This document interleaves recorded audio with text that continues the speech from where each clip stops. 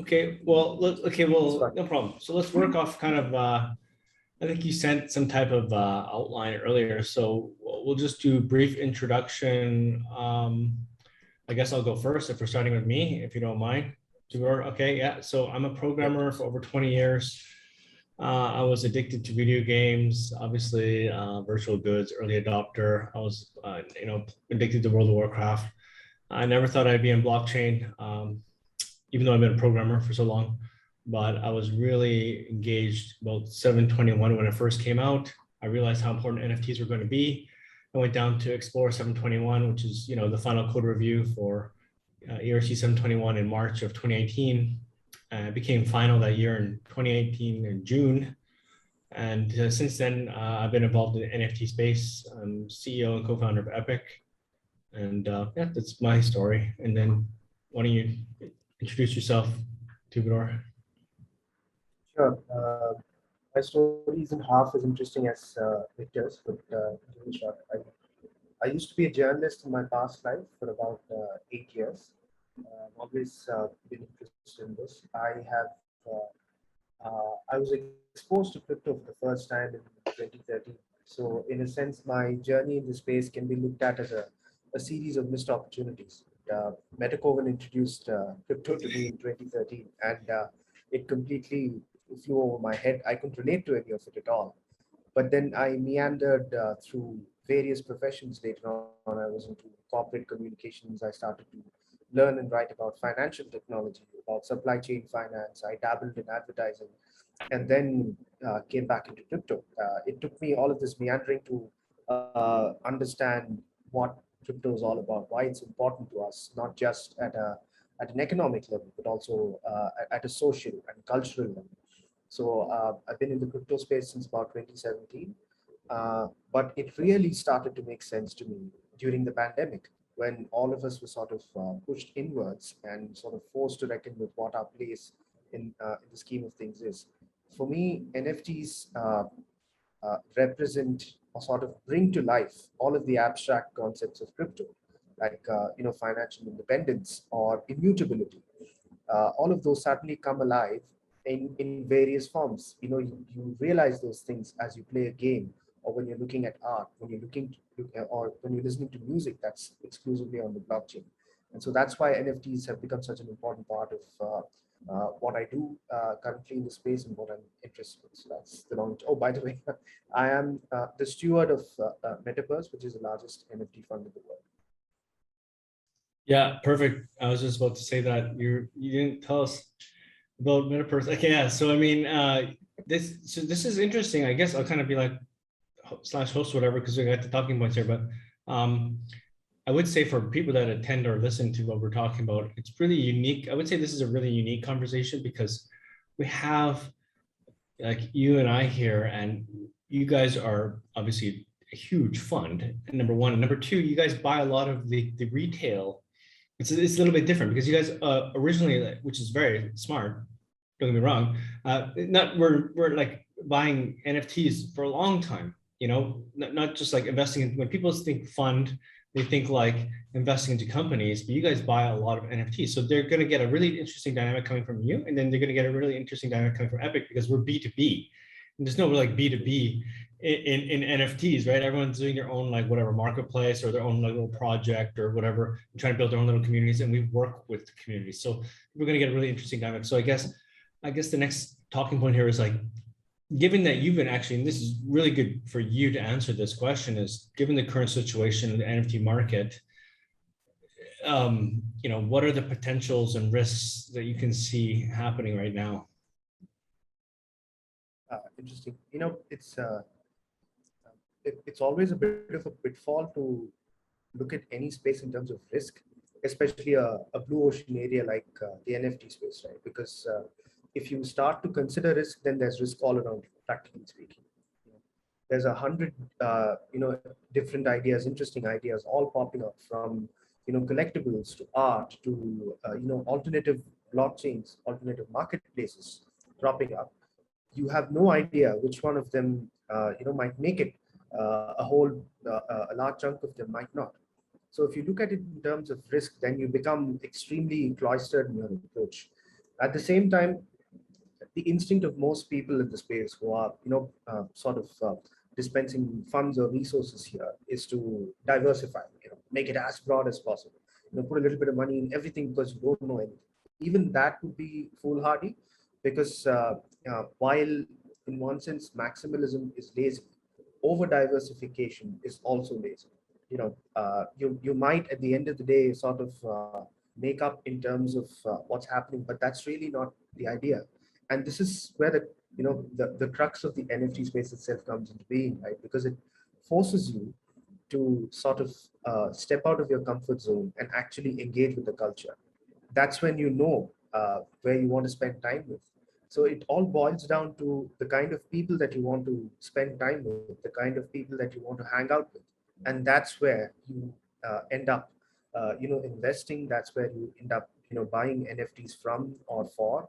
And I think it might sound counterintuitive, it might sound a little cheesy even, but I think you ought to invest in spaces where you'd like to hang out yourself. That's Yeah, the underlying philosophy. for sure. I love that answer. And yeah, I guess from my point of view, same thing. It's normal. I mean, Yeah. it's price discovery. I mean, that happens in anything. Like, people talk about our token sales. People talk about that in stocks, IPOs. Like, when there's a market, there's price discovery, and it's going to be booming, and sometimes it's not going to be so hot, right? I mean, that's just a normal thing, especially something emerging as mainstream as NFTs are right now. And I think it's just people learning to differentiate. I guess it's like merchandising now, and basically merchandising digital goods versus like physical goods. Like, people have a baseline for how much a t-shirt costs. No one really knows the baseline for a profile picture, right? I mean, what is that going to be, right? Yeah. So it's really differentiating between like what's an investment, what is utility, what is pleasure, like all these, like, what is culturally, based on that. Like, so I think that's just totally normal, and it's not not anything unusual. And I think it goes to the next question, which is in our talking points here, which is like, well, then it's a bubble, right? And I'll go first here. I don't think it's a bubble. Yeah. NFTs are going to become the foundation of ownership, and combine that with decentralization. Then you have the model to scale beyond any single organization, which will lead to, which is the next conversation point everyone talks about now as they adopt NFTs to the metaverse, right? So I don't think it's a bubble at all. What do you think? Is this a bubble, Twobado? No, I think we're way beyond that. We've been calling crypto and Bitcoin a bubble for about 10 years now. Maybe it's not. Maybe it's time we moved away from that question. But that said, I think NFT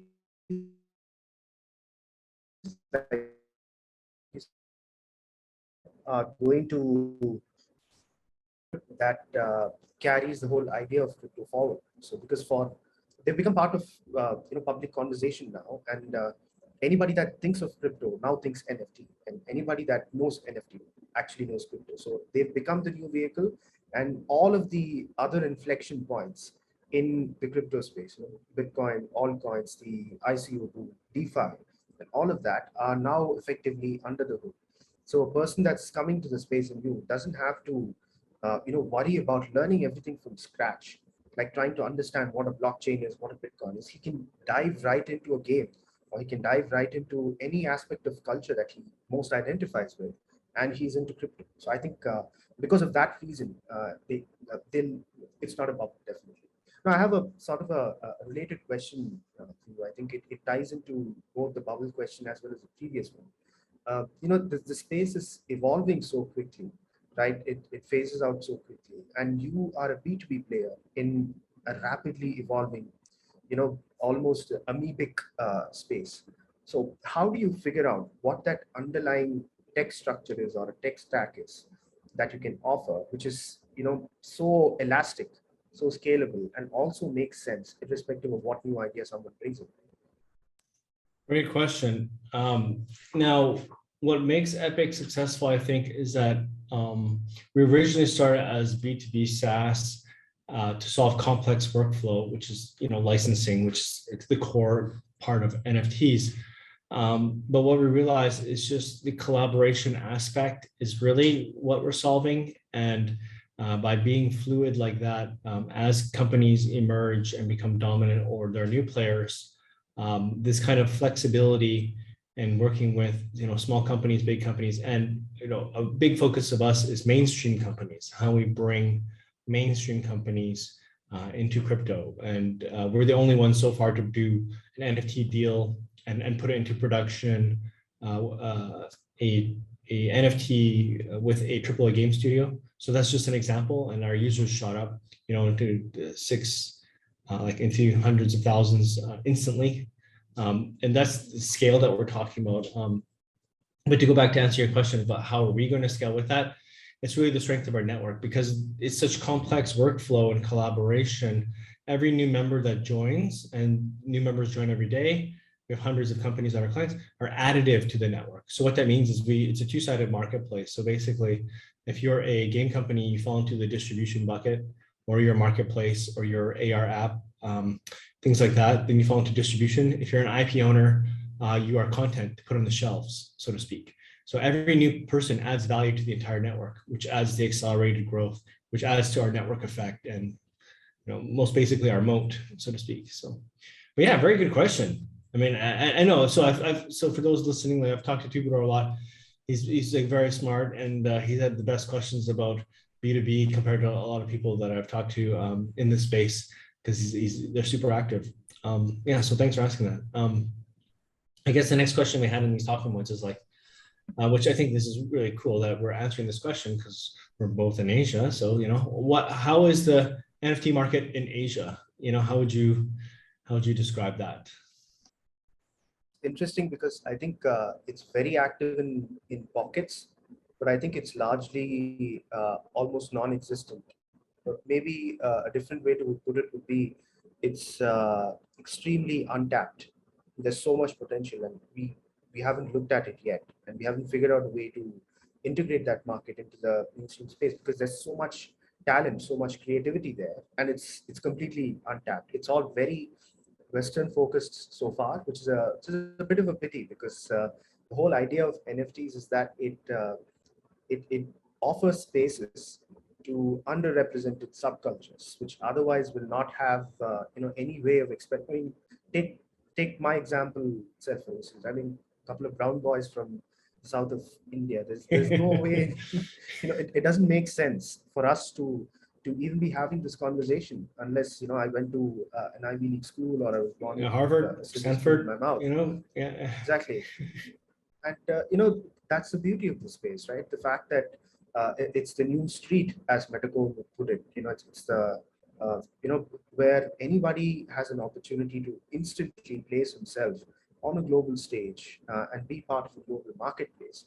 And we still haven't tapped that. And the sad part is, I think it's because of the same cultural difficulties, whether it comes to language or something. I think those are easy problems to solve. And once we do, I think we will see a real explosion of not just the number of people that come in, but also the variance of creativity that we're going to see in the space. Very smart, yeah, and that's a good one. I never thought about. Oh, now you mentioned it's obvious. Language, it's a huge one right there. I totally agree. So blockchain is international, but like a lot of consumer purchases right now, it's all driven by companies from the West. You know what I mean?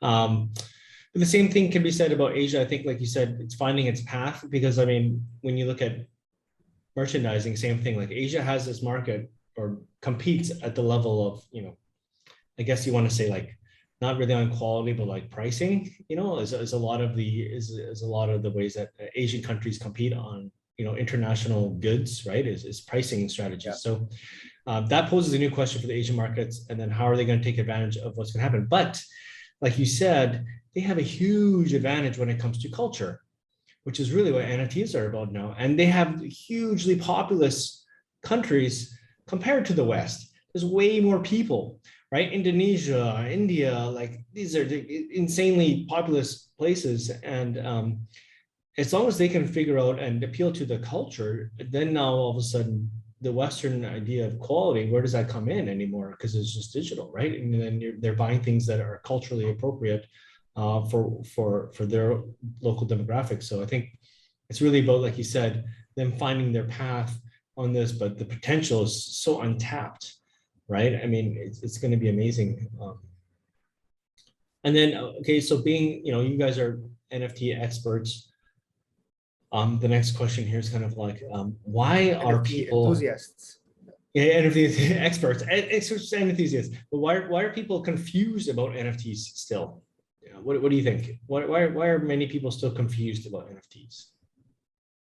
Well, it's new, and NFTs don't make it any easy for people. I mean, NFTs can be anything. That's very convenient for people that understand the blockchain and want to do something in the space. But that's very frustrating for someone who wants to, get a sort of a fixed definitions of what an NFT is. One day you tell them an in-game asset like a sword is an NFT. Another day you tell them a piece of land is. One day you tell them, Yeah, an NFT can represent a bottle of sake. I mean, yeah, yeah, it blows the mind, doesn't it? So I think that's one of the reasons why. But I think beyond the confusion, there is still a very healthy layer of acceptance. People are okay with it, even if they don't instantly get it. They can still engage with it, and that is very useful. That's very powerful. They can't do that with DeFi, for instance. And if you don't get it, yeah, you're not yeah, going to touch it because yeah, it's exactly. impossible. You're going to lose all your money and all that. But with NFTs, if someone points to a work of art and says, that's an NFT, I don't get it, but cool, it still looks good. I jive. What's your understanding of it? Yeah, I think exactly. I think everything you said there is exactly on point. It's super confusing in some aspects until they wrap their head around it. But I mean, the obvious one would be technical, like payment methods, onboarding, just typical blockchain stuff, right? Transferring possessions, multiple blockchains that can be NFTs, like that's adding more complexity to. Then they go like, oh, OpenSea, I want to take my NFT on Polygon, put on, this, that, or, it's just different chains and different things like that. So there's obviously technical hurdles, number one. Um, but conceptually, it's the exact same as virtual goods, and it takes a while for people to adopt that. Like in terms of, I think, the meaningfulness, like why would someone spend money on a JPEG, right? I mean, what's a profile picture? Who cares? Why are penguins, apes? Why are they so hot? But it goes down to like the same thing as virtual goods when people are selling in-game items for the first time. I mean, it's just people spend money where they spend their time, and like the signaling that you would get in like these fantasy games, like I played World of Warcraft, and you have this like crazy pseudo armor. People are like, you just stand in the middle of the game center, and everyone just like is bowing towards your character, like, oh my god, this guy. And now it's just signaling the same thing. Now it's apes, right? I mean, it's just, and people are spending their time on Twitter. I mean, that's the thing, right? That's the thing to have.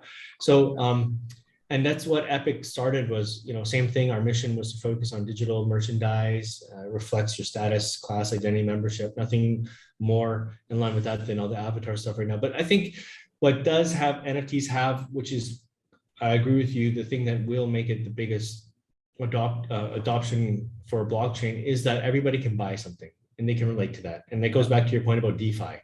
Not even everybody invests. If you go to like walk down the street and be like, hey, how much stock you have? How much Tesla you got? Or how much Apple you have? And they're like, oh, I don't buy stocks. I don't invest, right? I just save money.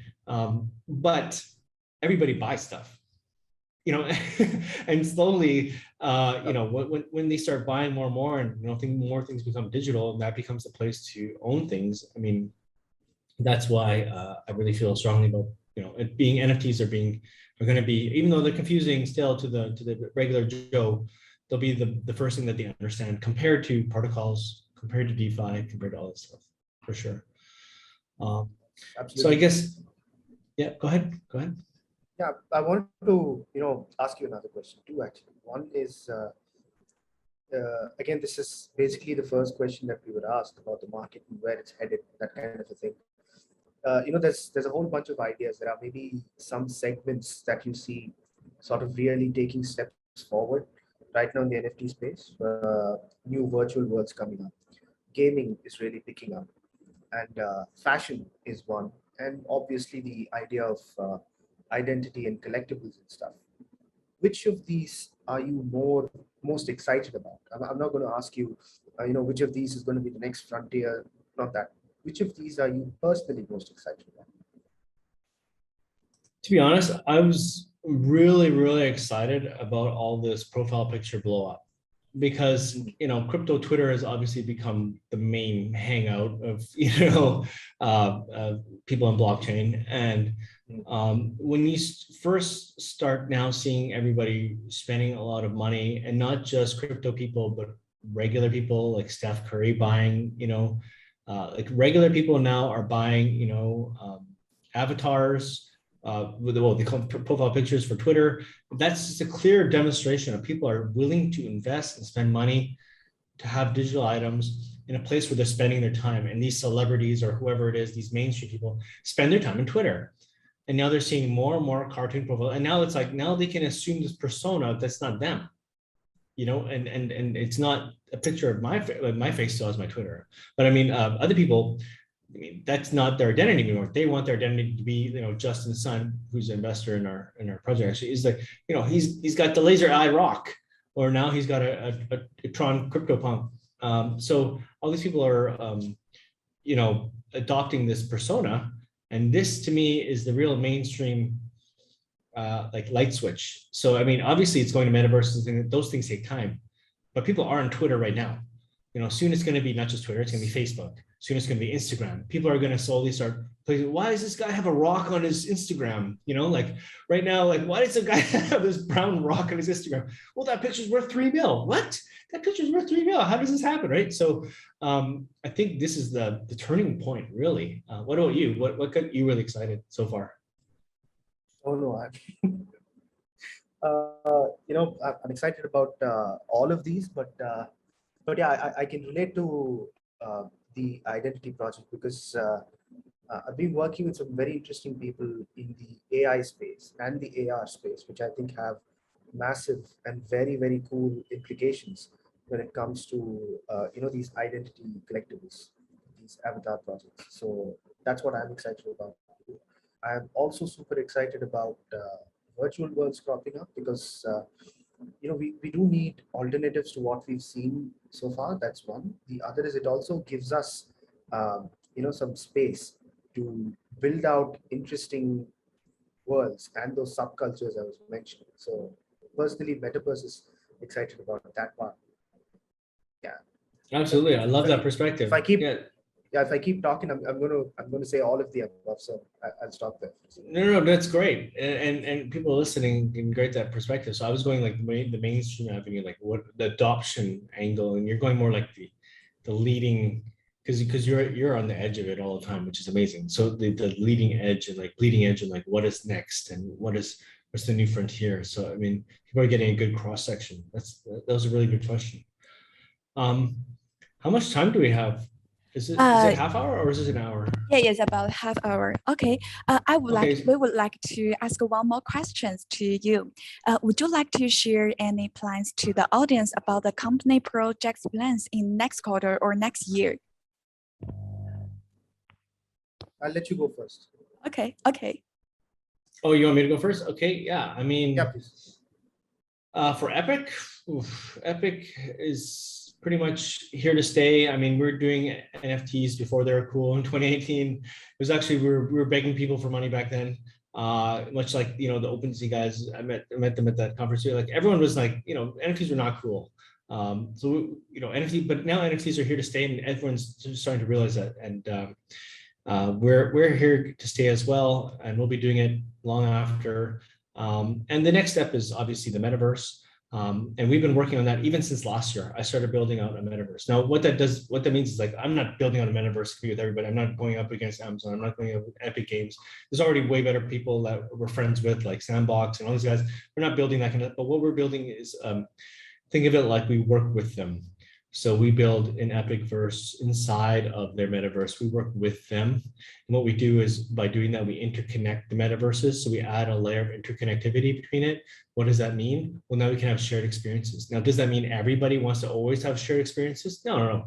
But what that does mean, it makes sense for certain things, like if IP owners want to, like for example, think of it like a movie theater. It's a distributed shared experience. So instead of just showing the movie theater in your one local theater, that same movie can be played across all of them simultaneously. So that's a really big project that we're working on next. We started building that last year. We're probably going to unveil that later this year. We also have a mobile app coming out along with our marketplace that we've launched. we really feel like there should be more app-based experiences for blockchain, and we're going to try to really cater towards that, which is our locker, which is basically your digital items across all the different platforms that we're clients with. And yeah, that's where Epik is going. And right now we're doing currently a huge thing for 9/11. It's the 20th anniversary of 9/11. So we're working with that charity, and we did a multi-game charity campaign comprising of Playtika, Ready Games, Sandbox, Atom Universe, and yeah, that's where Epic's doing right now, and kind of what we're doing in the future.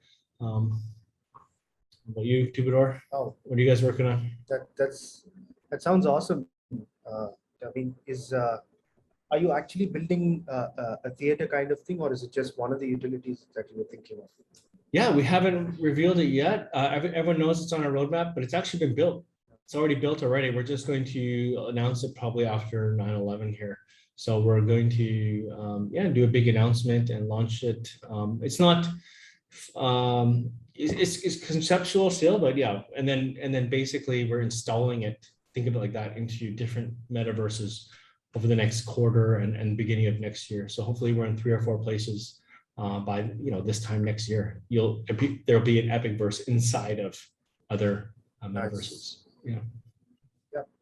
Keep us posted, please. We'd love to. For sure. Yeah. We'll stay in touch. Yeah, for sure.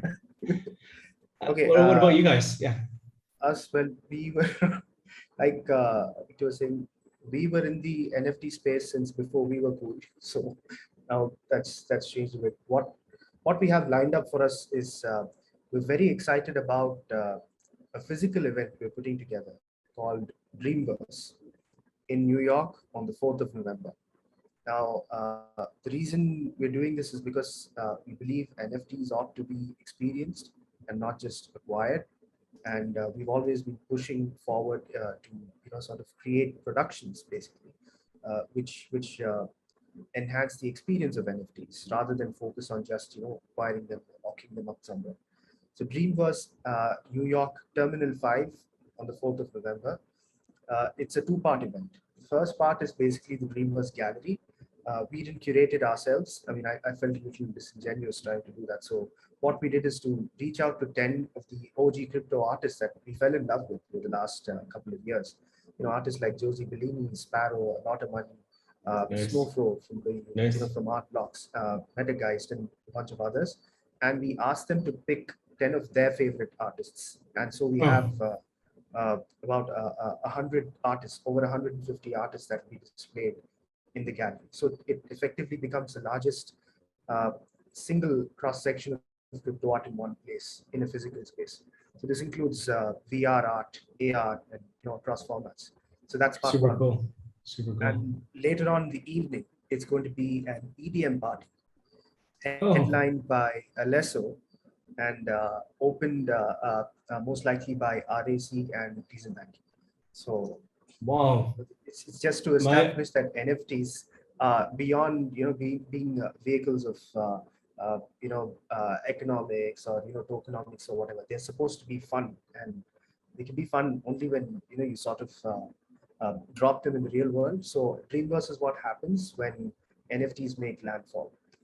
I love it. Are we invited? No, I'm just joking. Of course you are. Most definitely. So that all that art, is that your portfolio? You guys have so much NFTs. No. Actually, interestingly enough, Victor, we don't.